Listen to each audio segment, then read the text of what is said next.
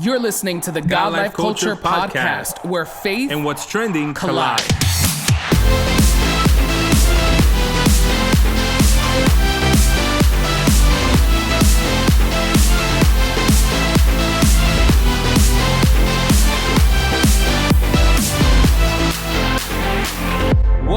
Welcome to the latest episode of the God Life Culture Podcast. This is Eddie. What's up, everyone? This is Miguel, and you are listening to the God Life Culture Podcast. We want to say welcome back to another episode of our podcast. If this is your first time listening, we want to say welcome. We hope that you enjoyed today's conversation. We thank you for listening to us today, and we hope that you hit that subscribe button so you can be notified every time we drop a new episode. If you are not a returning new listener and you are a returning listener, we want to say welcome back, and we hope that you are having a good summer. Yes. We are, I don't want to say in the middle of summer, right? I think we're like towards the second half, right? Of summer. Yeah. August is kind of like, second half of summer. For a lot of people, it's the end because a lot of people start going back to school now in August. Other people when they start school in September. So it's, regardless of it, it kind of seems like the end of it, but you still got like 2 months. Yeah. I think I've mentioned it before. I'm like the type of person that around this time I start thinking about how many more weeks I have left, right, of summer vacation before I go back to work. So I know if depending on where you live, right, school is just around the corner. I see people doing like back to school shopping and teachers doing like, getting their stuff together because in just like, 2 or 3 weeks, school starting for them, right? So here in New York, we have a few extra weeks, right? Yeah. I think an extra like 2 or 3 weeks where, we still have some summer vacation left. Yeah, very true. And this, for the people that don't know, we haven't recorded since May. Right. It's now August. We haven't recorded since May. We've been releasing our episodes because we had a new member of the God Life Culture podcast family. Yeah. That was born in June. So we prepared ahead of time just so that we will be able to continue to serve and to provide content while going on like a little kind of summer hiatus every other week. I think it's been like 8 weeks that we haven't recorded. Very true. And it's like... I'm feeling rusty. I was like, how do we start again? You got like these, you got to get back into the swing of stuff. Yeah. But it's all been for like great and exciting things. I mean, especially for you, first time dad. It's been an experience, right? A whole experience. It's been a whole experience. I think if you had to like sum that experience up in one word, what would it be? I don't know. The first thing that came to mind was amazing, right? Like, because I really do enjoy everything that's happening right now. But it's been a lot too. Yes. And I think when I say a lot, I think it's a lot in so many different ways, right? In good ways, right? In challenging ways.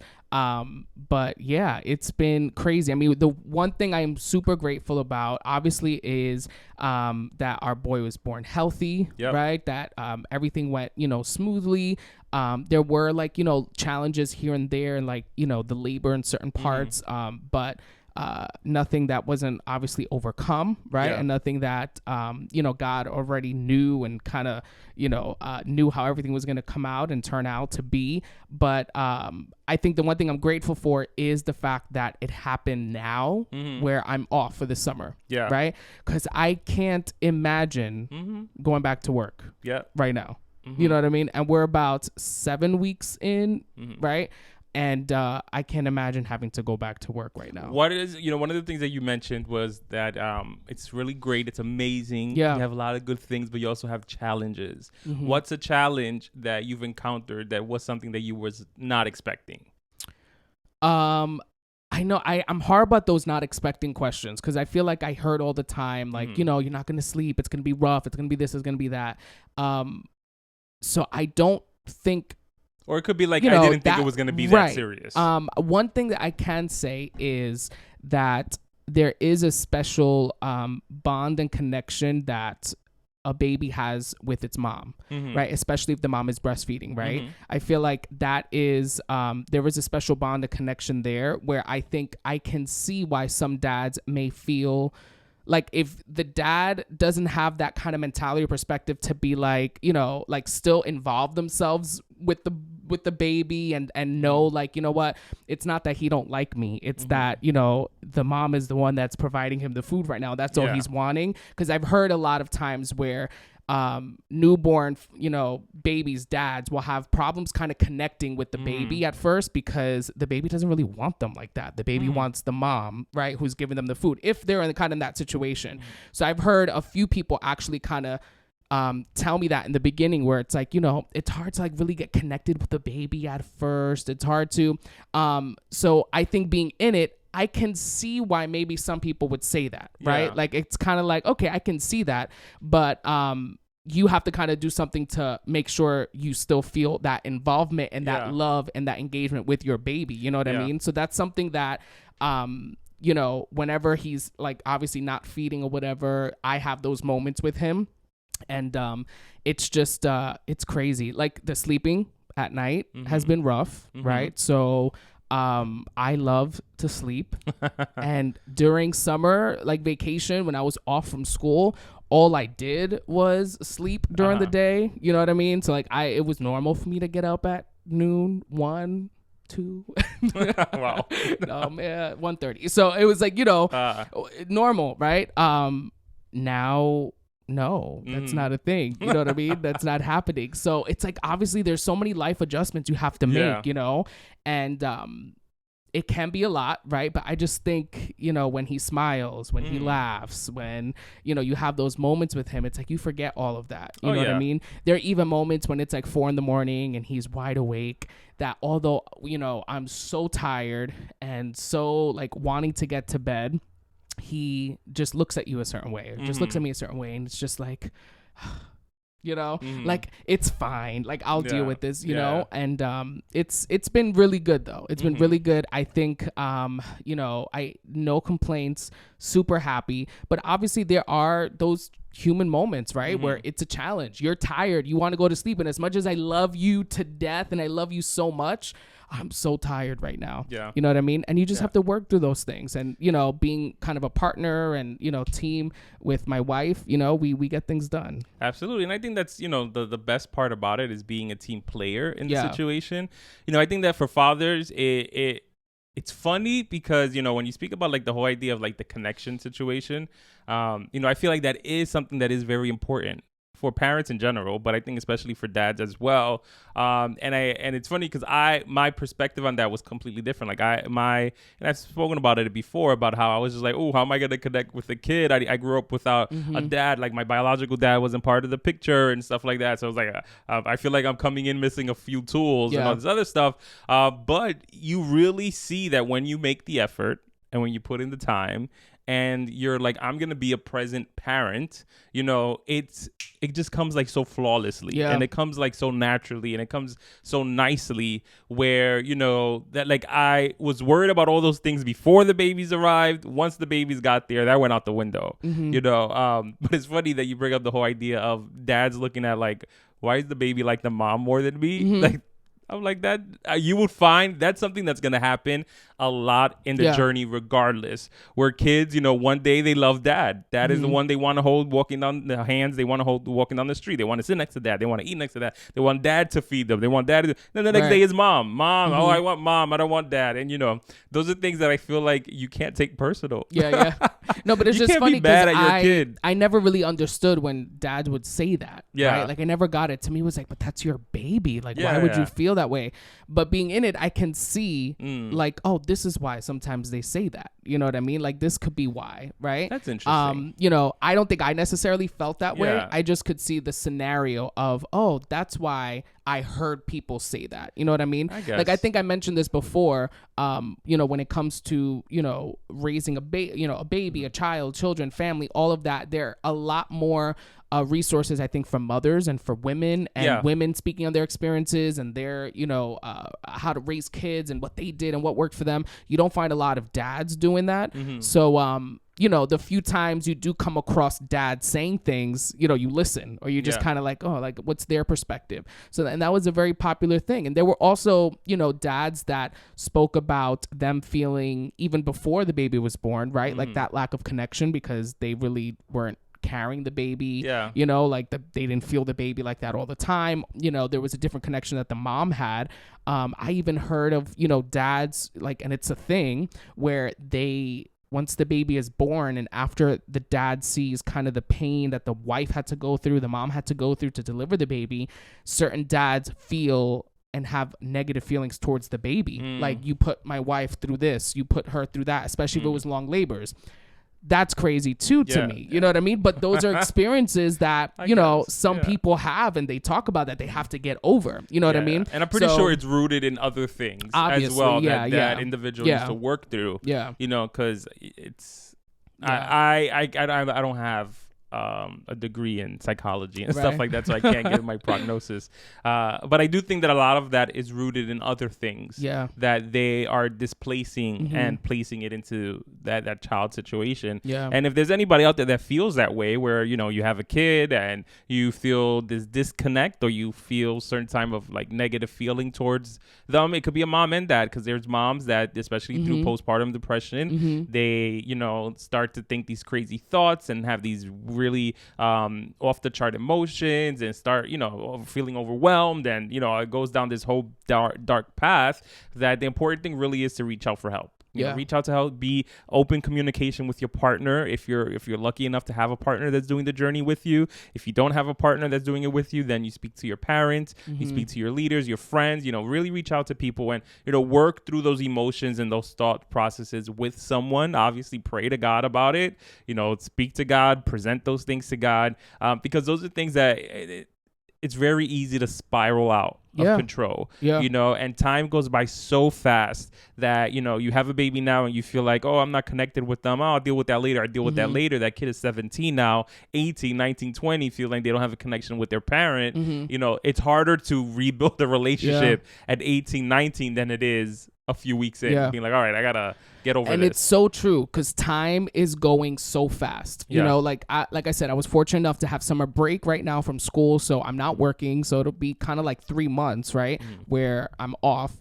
And able to kind of be there every day and all of that. But time is flying. Like, once he hit that 1 month, it was like, I can't believe it's been 4 weeks. You know what I mean? And when you just think back to the beginning, right, where all he did was sleep, right? Literally, he would wake up to eat, go to sleep. He was sleeping while he was eating, right? Like, we would change his diaper, he's sleeping. So it's like all they did was sleep at that point, to now him being more awake and looking at you and looking around. Like, I know that I'm noticing that he's picking up on certain things, like even just around the house, that like he's looking at, like, whoa, and it's like, that's always been here, and you looked in that direction, but I feel like now he can actually see it and he's aware of it. You know what I mean?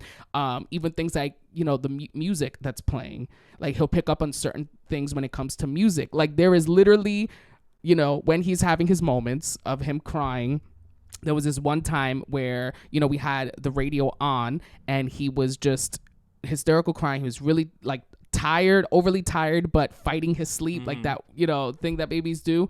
And that song was playing and I was holding him and I just started singing the song, right? Torrin Wells, Hills and Valleys, right?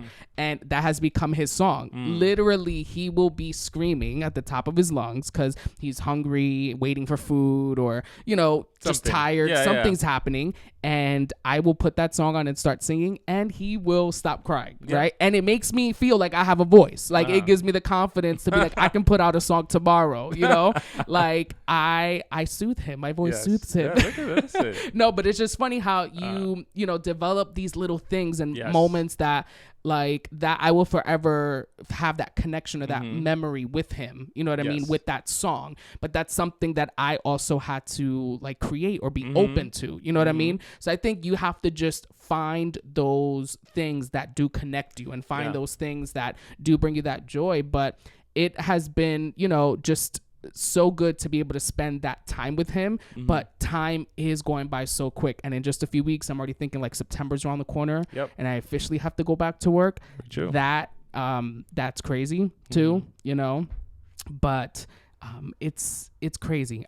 He's smiling and laughing more, and now he's making noises when he laughs. So it's just, it's the best thing. And that's one thing that I have been, I guess you can say, intentional about, is speaking of my experience, and it has been a positive experience, but speaking from a place of that fatherhood is the best, and being a dad is the best, and having children and a family is the best, because I feel like we need that. Guys need that. Guys that are growing up that, are even teens or young adults who aren't married, or who are engaged or about to get married, or married and, looking into having children, right? They need to hear how good it is. They need to hear how amazing it is. They need to know the challenges. They need to know the obstacles, but they need to know, like, you got this. You're built for this. You can do it. Yeah, no, I agree with that 100%. I think that, especially, we spoke about this when we had Priscilla at the conference here, about how a lot of times, for whatever reason, when you hear the experience from other men, or when other men find out you're about to have a baby, they kind of give you like that, oh, well, your life is over. It's kind of like it's done type of experience. And it's not true. Unfortunately, that is the experience that some people have had for whatever reason. And that goes back to what I said before. That's connected to something else that they haven't dealt with. Maybe they have other type of issues that they have to work through. But yeah, there will be challenges. Your kids will stress you out. There will be times that you will get frustrated. You'll be sleep deprived. It's now I have a 6-year-old that's about to be 7 and a 3-year-old. And, they're wild. They're ninjas. They want to jump off of stuff. They want to like tackle each other. They want to do all this crazy stuff. And that is a challenge within itself, because you're trying not to yell at them, but you also want them to have fun and to build those relationships with each other. So as the baby gets older, the challenge just changes. It goes from, oh my God, I want to sleep, to now I got to make sure they're not karate chopping each other across the room. It's funny because I think about, one of the challenges, there's a stage that happens when your kids start getting older, which is that they become a lot more inquisitive, and they start asking a bunch of questions, and everything leads to another question, and everything leads to another question, which leads to another question. And I think that humanly, you want to be like, yo, cállate ya. Like, you already asked 43 questions. Leave me alone. But I try to be so very conscious of that, of not doing that, because I think of the future. I think about the fact how, now he's just asking me about the stars, and he's asking me about the planets, and he's asking me about a cartoon show we're watching, and he's asking me about a lizard and this and that or whatever. But I don't want to shut that down in him, where he no longer feels comfortable coming to me, so that when he's older and he has like real life questions, that he won't come to me because I told him to be quiet when he was 5. So that's a thing that I think I put that out there for everybody as well, parents in general, that there are things that your kids may do now that seems a little annoying, but it's just because they're so curious about life. They don't know the answers, and they think that you're a genius, and they think you have all the answers. So they're always going to go to you for questioning stuff, but you can't shut that down in them negatively. Is there times where you have to be like, all right, guys, we're going to have a moment of silence. Daddy needs to go do something, or I gotta go do this. There's ways to curb that, but don't shut them down. Don't like cut that in them to feel like, oh, I can't ask you any questions, because you get upset every time I ask you a question. But anyways, I don't know why I went down that route. That was for somebody. True. It's true, because I think when Priscilla came to the conference, we always refer back to, but she even said, like, don't dismiss their drawings and their paintings and what they did in Sunday school and what they bring to their little accomplishments. And I think it goes along that same path. Today it's a question about a lizard, tomorrow it's a question about something that happened to them at school, or something the teacher said that they're wondering about, or something a classmate said. And sometimes those conversations are very important, because it's your opportunity to teach them, it's your opportunity to teach them the truth, right, about certain things. And it's, again, looking back at just this whole process in the last few weeks, I think one of the biggest takeaways I've had too is the people you have around you, right? Like your support system. You really cannot do this by yourself. You can. Now, I don't know if you can do it and be the most healthy version of yourself, you know what I mean? But you really do need people around you. You know what I mean? Whether it's family, whether it's friends, relatives, siblings, you know, loved ones, whoever it is, you need a village, you need a support system, you know? And we're blessed to have family that kind of like stepped in and, you know, can help us. And you know, it goes from, you know, cooking to doing grocery shopping to just so many different things that they're able to do. But also just like, all right, I'll come over and watch the baby for like an hour so you can like take a nap, you know. That has been super helpful. You know what I mean? Having friends that come over, you know, to make you pancakes, right? Like,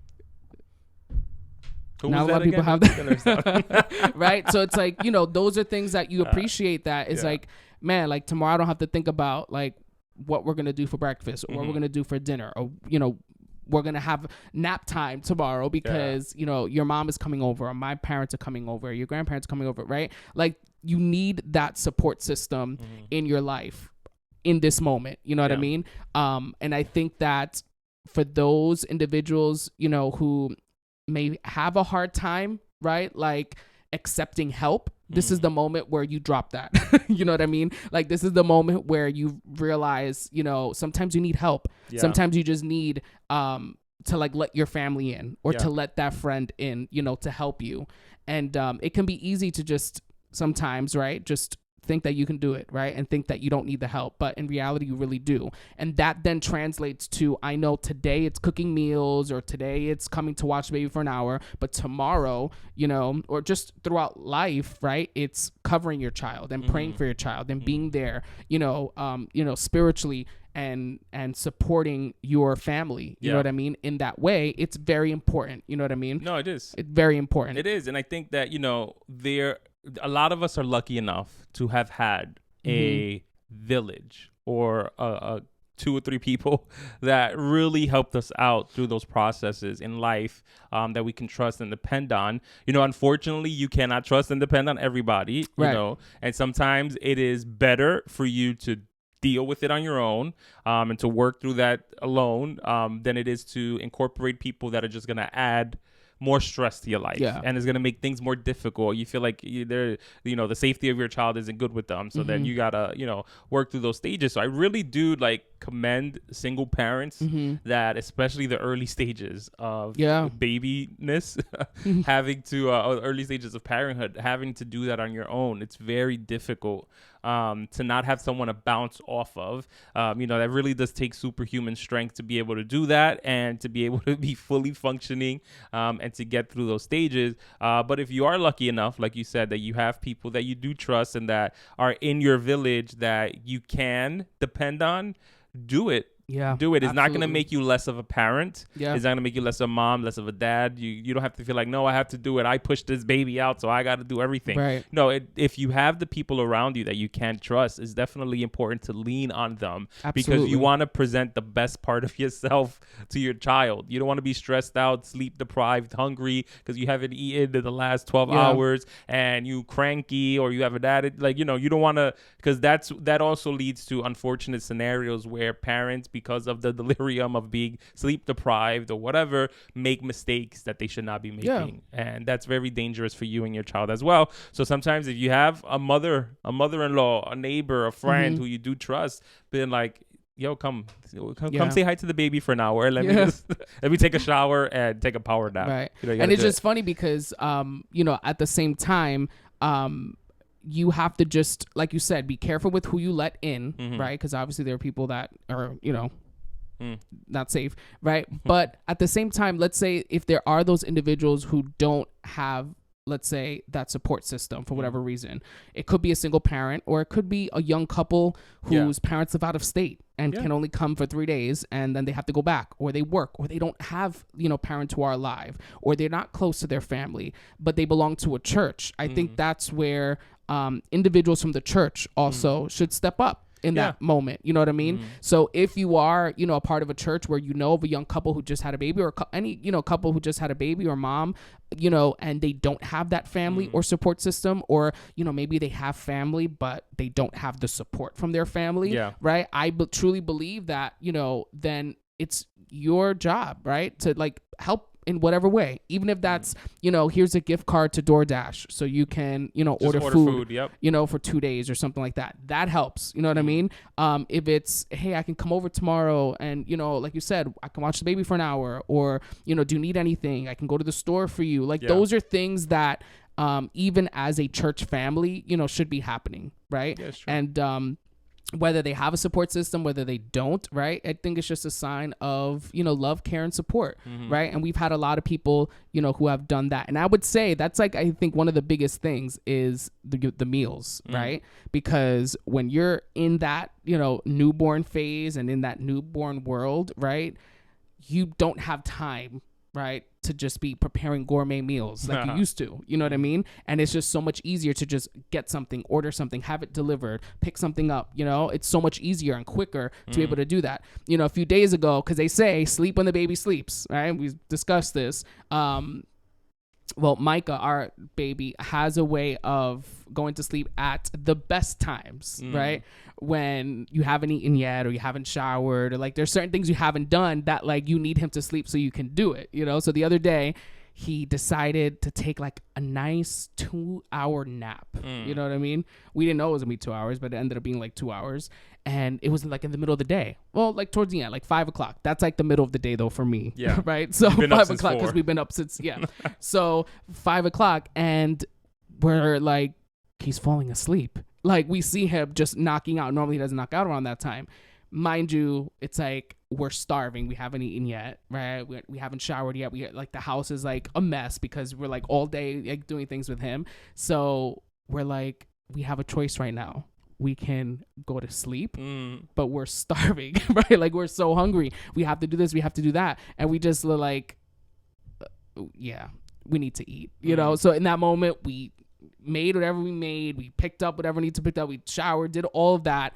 By the time we finished eating, we had like 30 minutes, we were able to take like a 30-minute power nap until he woke up. But it's just so funny how people say like sleep when the baby sleeps and all of that. But it's like sometimes you really can't. Yeah, you got to get some You stuff can't done. because there's things you have to get done, But, like I said, I think communicating, right, how you're feeling, with your partner, with your spouse, I think is super important as well, right? Like I need 5 minutes, I need 10 minutes. Can you watch them? Can you, and dads also, I think there are certain things you don't need your wife to tell you, right? Or your partner to tell you. You don't need her to tell you, can you just take him for 5 minutes when she's been holding the baby for like the last hour and a half, right? Like you shouldn't have to wait for that, So I think also stepping up and just doing certain things, even without being asked to, right, is very important, and that shows, love and interest. And on the flip side, moms need to listen. If the dad is like, listen, go take a shower, take a power nap. I got this. Trust that he has it. Yeah. Don't be like, oh no, I feel, because a lot of times sometimes it's like, oh, I just feel bad. If you're awake, I'll be awake too. It was like, no, go to sleep. Yeah. Go to sleep. That way we can take turns and we can like really That's one thing I out. Really struggled with at the beginning too. The idea of the shifts. Yeah. Like, because I felt like you're up with him, I should be up too. Like, that's not fair. Yeah.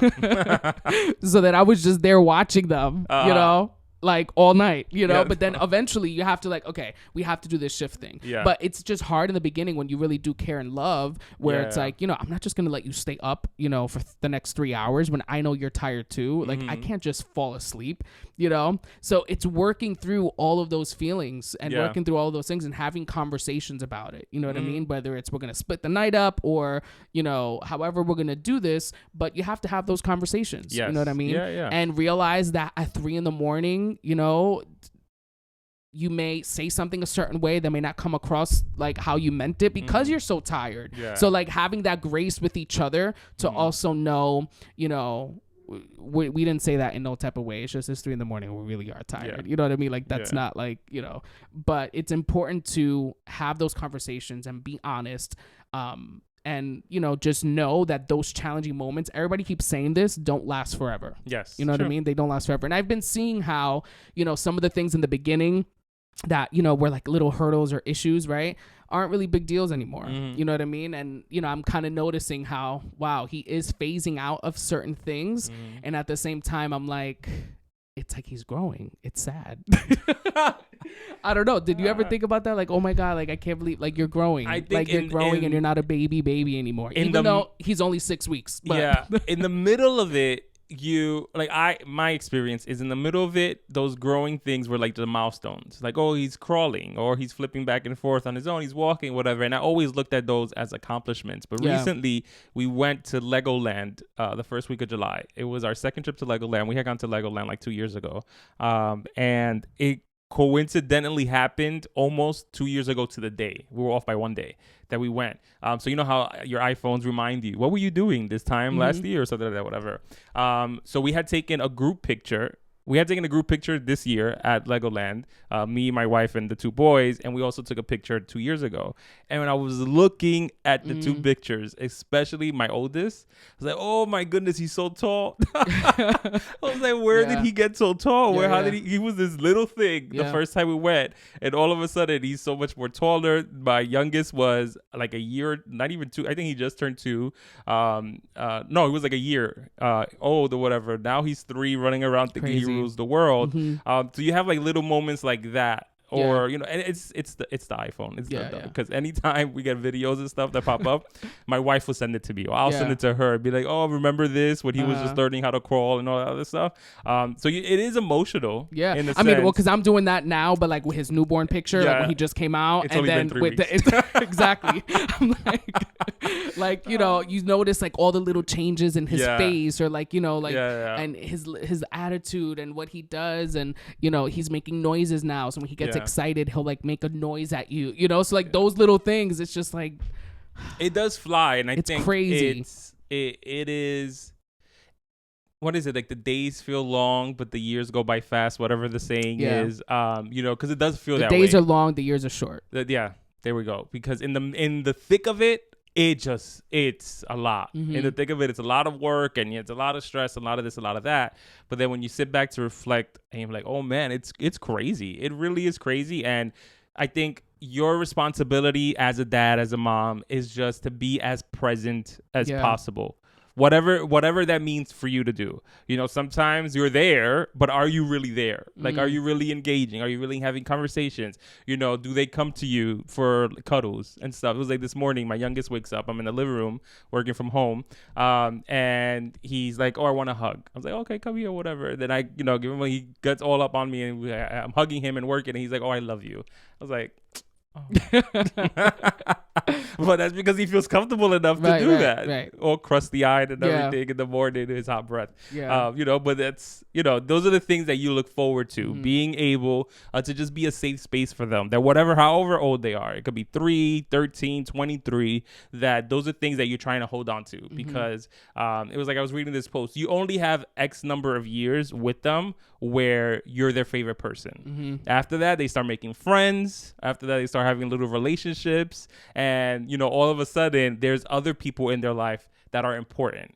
So you want to make sure that, not that you're trying to outrank anybody, because nobody will ever dethrone me. It's just the idea that you always want to make sure that they feel safe enough to always, you know, mom and dad, like those are my people. I love them. They may stress me out, but you know, I'm always going to feel comfortable enough to go to them for whatever I need. Absolutely. And those are things that, you know, even now I think about, and, you know, being up at 3 a.m, looking at him, you know, those are like some of the thoughts that do come to mind, like his future and all of that. And, you know, I do think that, you know, as a father, right? Like, you know, fathers out there, you know, fathers to be, I think that should kind of be your mentality, the idea of, you know, I have the ability to influence this child and impact this child, love on this child, protect, guide, lead, and, you know, I'm going to do it to the best of my ability. I'm going to be present as I can be. I'm going to be there, you know, for, you know, whether it's sports games, whether it's school accomplishments, whether it's just to talk at home,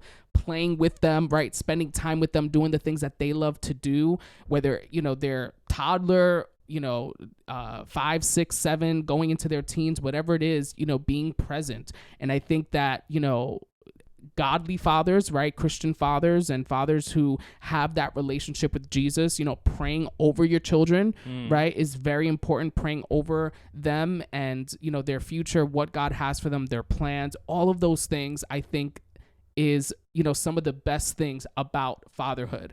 And, kind of ignoring the lies or, certain, I guess you could say, people's experiences, tarnished experiences when it comes to fatherhood, you know, like, don't be discouraged by somebody else's story. Don't be discouraged about another father's experience, another father's, disconnect with their children or with their wife, or another father's, just thoughts about, having to wake up in the middle of the night or having to be a father and do a fatherly duty, right? Sometimes you have to know how to separate those voices, right? And know, well, I don't want to be that father. Or I look at that as, well, that's a part of being what a father is. And that's a challenge that I'm willing to overcome. I'm willing to rise above that. Will you be tired? Will you be frustrated? Will you need like a minute? Absolutely. You know what I mean? But that happens in so many other areas of our life that I feel that we push through in. Absolutely. You can ask any dad out there who may have those feelings, right? And ask them, well, do you feel like you love your job every day and you want to just go to work every day?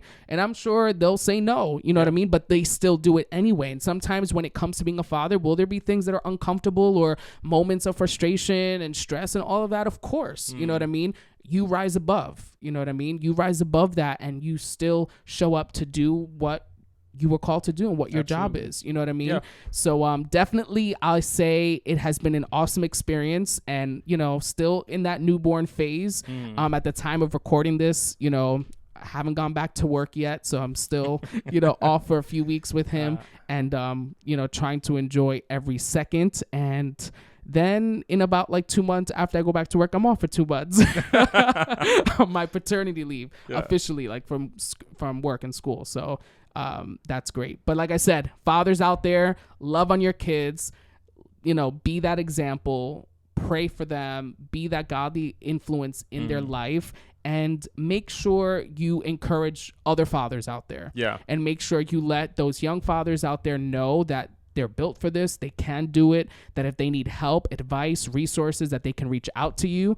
And don't just give them all of the negative experiences, or don't give them all of those one-liners like, yeah, your life is over. Oh, how's it going? Or you look tired, right? Like, ignore those things. You know what I mean? And give them the encouragement and the positivity that they need. Yeah, absolutely. So we thank you guys for tuning into this latest episode. We hope that these words serve as an encouragement for you, your families. There's a lot that you can take out of today's episode, whether it is to making sure that you're connecting with your kids, with your loved ones, whether or not it's just a reminder that at the moment right now, things may feel like they're going tough for you. They're part of the challenges of life, but with each challenge comes a great reward, comes a great achievement. You're able to get stronger and make it to the other side every single time, as long as you rely on those around you, and most importantly, rely on God to give you the strength to get ahead. Absolutely. So thank you once again for tuning in. You can follow us on all social media, Facebook, Instagram, YouTube, God Life Culture Podcast. Subscribe so you can be notified every time we drop a new episode. We hope you are enjoying your summer, that you are getting out there, you are doing something fun, and we'll catch you in our next episode. Yeah, so thank you for tuning into the latest episode of the God Life Culture Podcast. That's God Life Culture. Until next time. See ya. Bye.